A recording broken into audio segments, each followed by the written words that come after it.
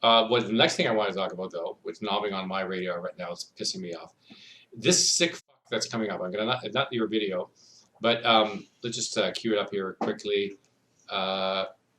Anyways, listen to this the crazy guy. Yeah, listen to this crazy guy. He's demented psychopath, but for some reason he gets to speak on a television show and speak all over the place on behalf of the World Economic Forum. Oh, like, why? What the hell? My favorite, a World Economic Forum. And then I find out that the guy's a psychiatrist. So anyways, check this out. This is kind of weird shit. Psychopath psychiatrist. Yeah, psychopath. Anyways, yeah. COVID is critical because this is what convinces people to accept, to legitimize total biometric surveillance.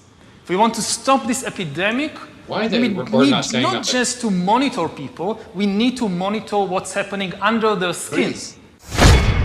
What we have seen so far is corporations and governments collecting data about where we go, who we meet, what movies we watch. There we go, Tinder. The next phase is the surveillance going under our skin. Under our skin. We're now seeing mass surveillance systems established even in democratic countries, which previously rejected them. And we also see a change in the nature of surveillance. Previously, surveillance was mainly above the skin. Now it's going under the skin.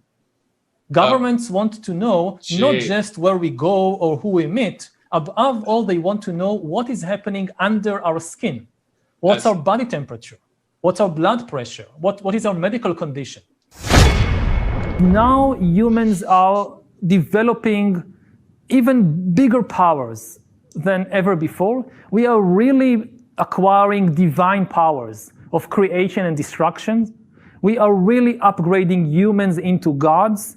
We are acquiring, for instance, the power to re-engineer life. Humans are now hackable animals.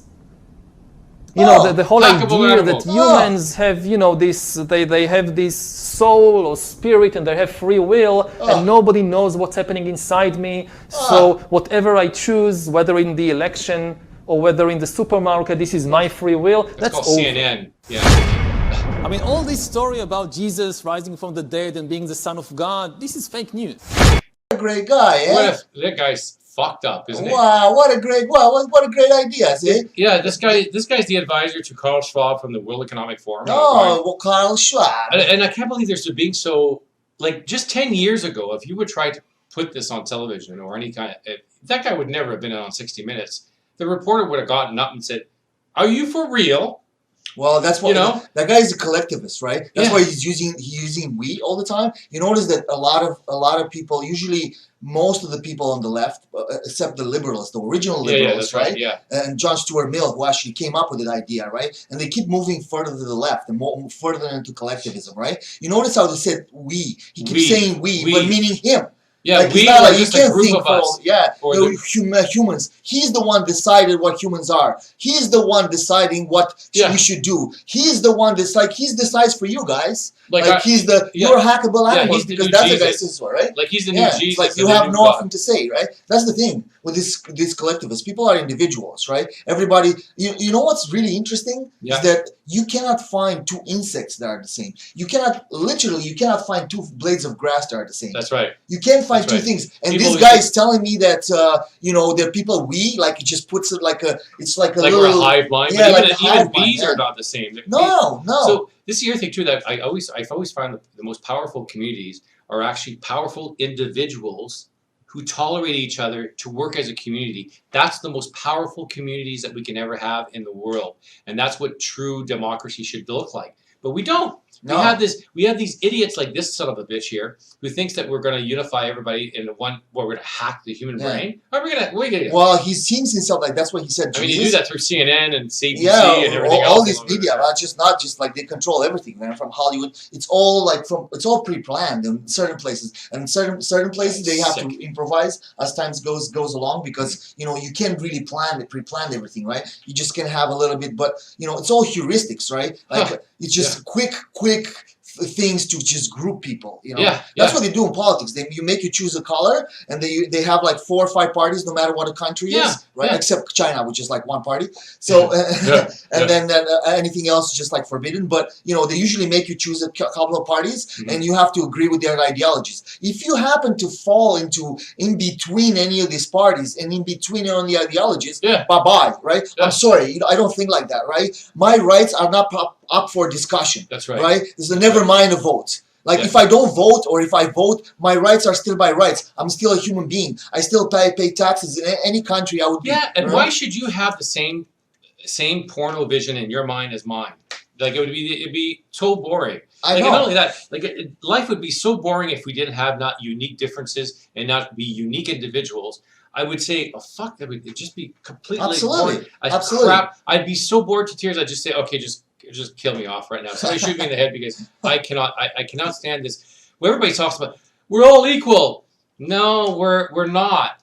We're not all equal. We're all equal. We should be treated equally as far as the law. We should be treated equally as far as justice and equal under those terms. But we're not equal individuals. We're all different. We all have different dynamics and different skills, different skill sets. Well, they don't think like that, because for them to be like, think about politicians to actually acknowledge that, they would have to cater to each person individually. They can barely do it as it is right now by groups. They just want to put you in a group, and then you, according to that group, you're just cattle to them, right? We allow them to be like this. It's a really dangerous philosophy and a very dangerous ideology.